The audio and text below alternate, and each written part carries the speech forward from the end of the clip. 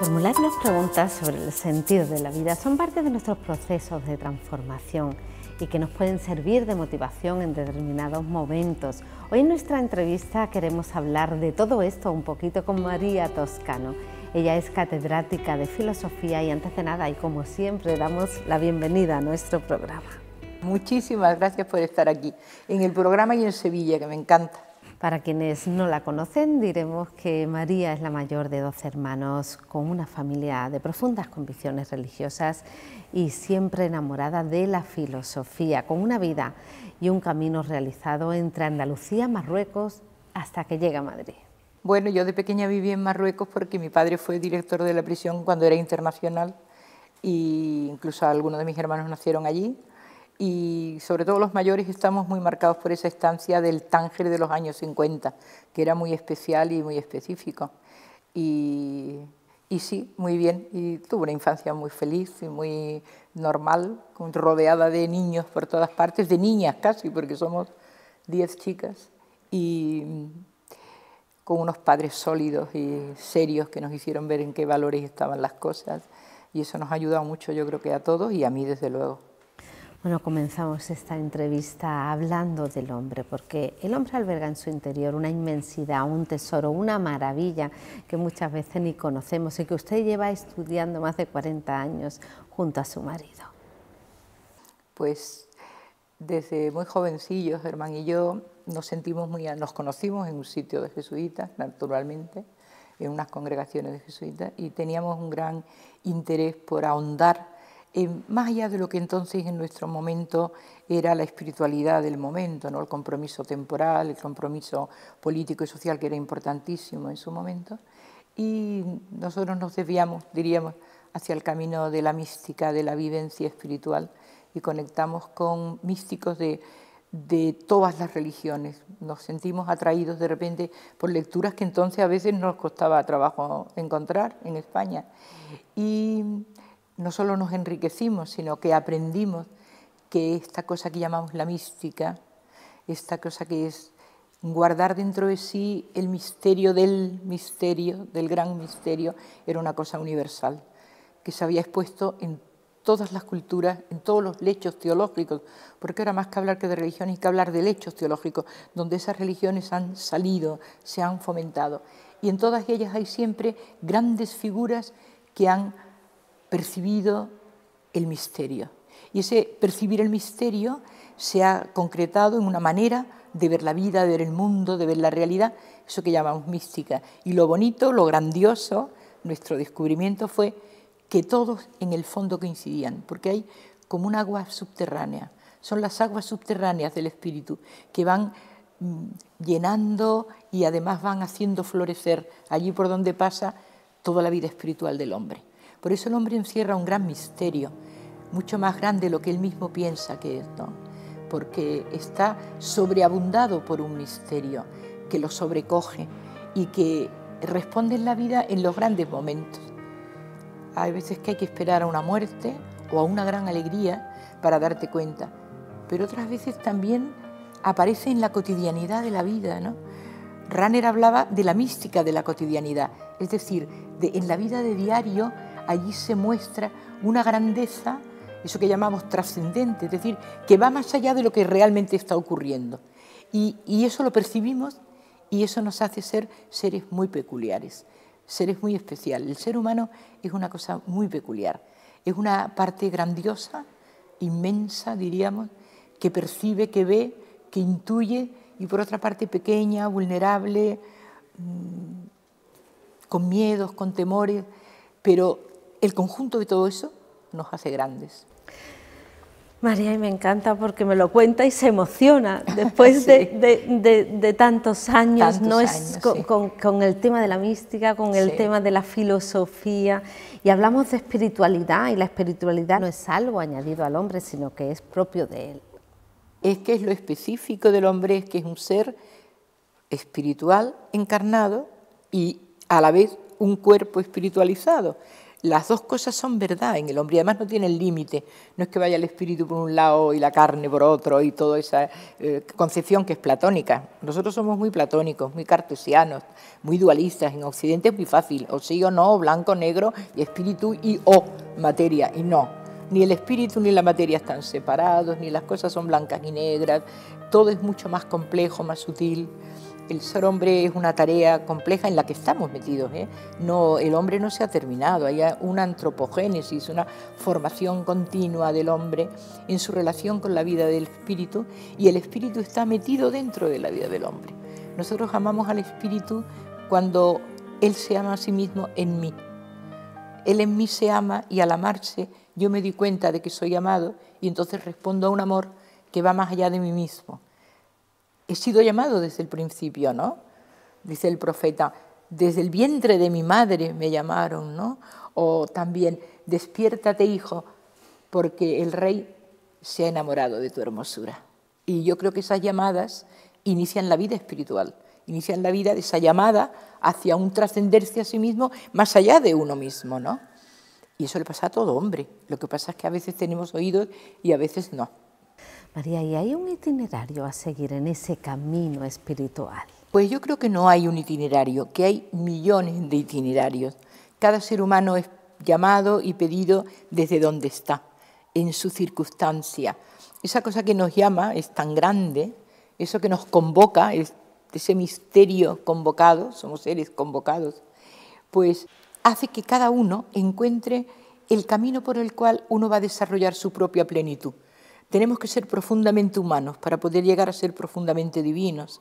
Es decir, que no hay que pretender una vida espiritual separada, sino que la vida, la propia vida nos va enseñando a cada uno cuál es nuestro camino de madres de familia, padres de familia, monjes, teólogos, una mezcla de todo eso. Yo siempre he querido ser monje, siempre monje, y de hecho toda la vida espiritual en la que yo me siento enmarcada es la de constituirme en monje. Y por lo tanto creo que eso no tiene nada que ver con mi vida, diríamos, cotidiana y en la que estamos todos metidos, ¿no? Es verdad que a lo largo de la historia de la mística se han instituido bases de camino, de itinerario espiritual, ¿no? Y no nos hemos resistido a las escaleras espirituales, a los itinerarios, ¿no? El primer paso de los que son llamados, los que están iluminados, los que han llegado al fin a la unión, o los que están preparándose primero, el tema de la penitencia, el tema... todo eso que es verdad, se une luego en la realidad de la vida, y todos nosotros pasamos por esos procesos depurativos para llegar a estar limpios de corazón, porque hay que acordarse que solo los limpios de corazón verán a Dios. Y la limpieza de corazón es ya todo el proceso de la vida espiritual del ser humano. Estamos en un proceso de limpieza, de depuración, de pulimento, ¿no? Dicen las obras de Salomón, así como el gran metalurgo lima bien la plata para que refulja, pues nosotros somos limados por la vida para que nuestra plata interior también refulja y surja como un proceso interior. Todo hombre, los que saben y los que no lo saben. Y al hablar de camino espiritual, ¿hablamos de que es un camino personal o de grupo? El hombre nunca puede hacer nada separado de los demás. Hay unas ciertas vocaciones particulares que durante un tiempo, un periodo, y además a lo largo de todas las religiones, ¿no? Grupos de eremitas, grupos de ermitaños, grupos de... Pero la vida humana es una vida comunitaria. Hoy, además, sabemos que todo es unión. Nada de lo que pase aquí es ajeno a lo que pasa allí, y bueno, y nosotros tenemos constancia de eso ahora mismo, ¿no? A todos los niveles. Si lo es a nivel económico, social, cultural, político, lo es desde luego en la vida espiritual. Estamos profundamente unidos. Por eso los hombres han buscado desde el principio eso, constituirse en monjes en común. El monacato tiene una historia larguísima y desde luego no es solo dentro del cristianismo. El monacato en el budismo tiene una raigambre enorme. Por ejemplo, yo he visitado en el Tíbet grandes monasterios con 4.000 y 5.000 monjes, donde los niños se forman como monjes desde pequeños y hace falta una comunidad. La dificultad está en ir creando auténticas comunidades. La dificultad está en definir qué es una comunidad. Una comunidad tiene que ser una comunidad de vida, pero una comunidad que también tiene objetivos comunes y no solo formas de vida común. Y dentro de esa vida común está la purificación, la santificación interior de cada uno, que lo va haciendo a medida que convive con los demás. Siempre aprendemos de los demás. Los demás están ahí para que me sirvan también para pulirme, para rozarme con ellos, ¿no?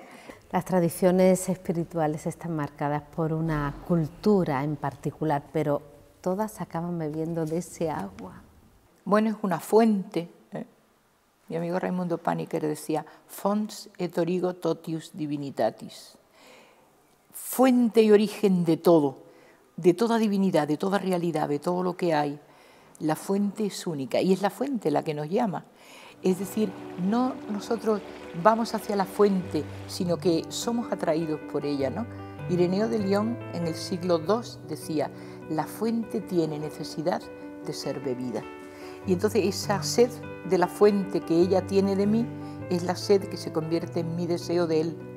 Su deseo y mi deseo acaban confluyendo en un único deseo. Y toda vida espiritual es poner en marcha ese deseo de algo que en mí, dentro de mí, me impele a buscar, me impele a encontrar algo que pueda ser no solo para mi bien personal, que eso ha sido un malentendido a veces en la vida espiritual, que uno tiene que salvarse, esa concepción un poco decimonónica de la salvación individual. No, uno no hace las cosas para salvarse, uno lo hace porque está llamado a ser esa cosa que te llama, que es la divinidad. Tú formas parte de ella desde siempre, desde toda la creación. Has sido llamado desde el principio y formamos parte de ella aún sin saberlo. Y de repente en nosotros se despierta el deseo. Pues vamos buscando saciar la sed, como dice Juan de la Cruz, ¿verdad? De noche iremos de noche y lo único que nos alumbra es la sed que es lo que nos lleva a la fuente. No hay otra cosa que nos alumbre. En realidad caminamos mucho de noche y esa es la vida espiritual. Entonces, ¿es correcto hablar de espiritualidad o de espiritualidades? ¿Hay nuevas corrientes espirituales? Sí, hay nuevas corrientes de espiritualidades. Y es lógico. Mira, ten en cuenta que hoy estamos viviendo una época, es universal, no solo aquí, en que las grandes instituciones ya no marcan nuestro camino en la vida espiritual. No solo la Iglesia Católica en la que tú y yo estamos inmersos, no. Toda institución, por el mero hecho de serla, hoy día está puesta en cuestión. Y entonces aparece mucho más la vivencia personal como fuente de la espiritualidad. Esto está dando origen a grandes espiritualidades de grupos, de pequeños grupos, algunas de ellas con mucho fundamento, otras con menos fundamento, pero todas guiadas por un deseo de volver a la experiencia personal. Ya no vale solo lo que dice la institución, ya no solo no valen las verdades objetivadas, no valen los dogmas, no nos sirven. Hoy querríamos un camino más personalizado, más íntimo, en el que la experiencia forme parte de nosotros. Ya no queremos solo que la Iglesia o cualquier institución nos diga qué debemos sentir, qué debemos pensar, qué debemos creer, sino que queremos experimentarlo. Y entonces muchas espiritualidades están orientadas a experimentar en nuestra propia vida eso que decimos que creemos o que amamos, experimentándolo, ¿no? Y sí, yo creo que se puede hablar de espiritualidades en plural. ¿En qué momento estamos en nuestra Santa Madre Iglesia? ¿Cómo vive o alienta la espiritualidad? Tenemos una enorme suerte, que tenemos al Papa Francisco. El Papa Francisco se ha dado cuenta de que verdaderamente a la Iglesia le sobra institucionalidad, le sobra fasto. Él mismo se ha ido a vivir allí a Santa Marta, él va con zapatos normales, él ha visto que hay una parte de la Iglesia muy unida al poder desde Constantino, claro, es decir, que ya llevábamos no sé cuántos siglos unidos al poder. Y él quiere recuperar para la Iglesia lo que debió de ser un intento de la Iglesia primitiva, es decir, una comunidad de creyentes que aspiran algún día a alcanzar esa especie de última parusía, de última llegada al triunfo de la humanidad. Nos queda mucho, nos quedan eones para llegar a eso, ¿eh? Eso no es negativo, sino que estamos empezando la humanidad. Cuando hablen de nosotros dentro de millones de años, hay aquellos que vivían, seríamos una cosa pequeñita, pero nosotros formamos parte de ellos y tenemos la obligación de ascender por ese camino. Y la Iglesia, mientras que no sea parte del Evangelio, irá bien. En cuanto quiera poder, irá mal. Es decir, traicionará su origen y lo hará. Y hemos pasado épocas muy gloriosas de la Iglesia y otras menos gloriosas y muy nefastas para la Iglesia, como todos sabemos, y no nos debe asustar. Yo creo que la fe, esa cosa tan compleja que es definir la fe, ¿no? Esa especie de confianza última en aquello que nos atrae, porque no tiene por qué sentirse afectada porque la Iglesia vaya bien o mal, porque la Iglesia es una institución de hombres, pero la Iglesia auténtica, la Iglesia interior, la Iglesia del Espíritu, esa va a estar siempre bien, esta va a llegar al final de los tiempos.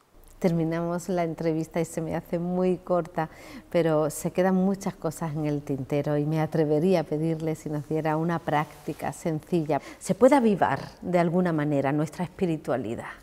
Pues mira, ahora que hay tantísimas técnicas, ¿no?, para cuidar la atención, estar concentrado, estar en silencio, cosas que son muy necesarias. Yo diría que la práctica fundamental de la vida espiritual es sentirse atraída por el amado y por lo tanto no desechar la intención de tu vida. Cuando te levantes por la mañana, aclarar que tu vida quiere ese día ser un camino hacia el único fin posible, purificar tu intención. Luego ya la práctica durante el día, unos días lo harás bien y otros mal, y te equivocas y tienes tiempo y no tienes tiempo, pero esa intención primera, desde que abres los ojos por la mañana y decir, yo hoy quiero formar parte de esta corriente universal de vida que me va a conducir a la única fuente, eso hay que decirlo todos los días cuando uno se levanta. Y cuando uno se acuesta y cierra ya los ojos y está agotado del cansancio, de todo lo que nos está pasando, decir, ¿en qué medida me he olvidado hoy de mi intención? Y no importarle mucho si no lo ha hecho, porque Dios es mucho más misericordioso que nosotros mismos.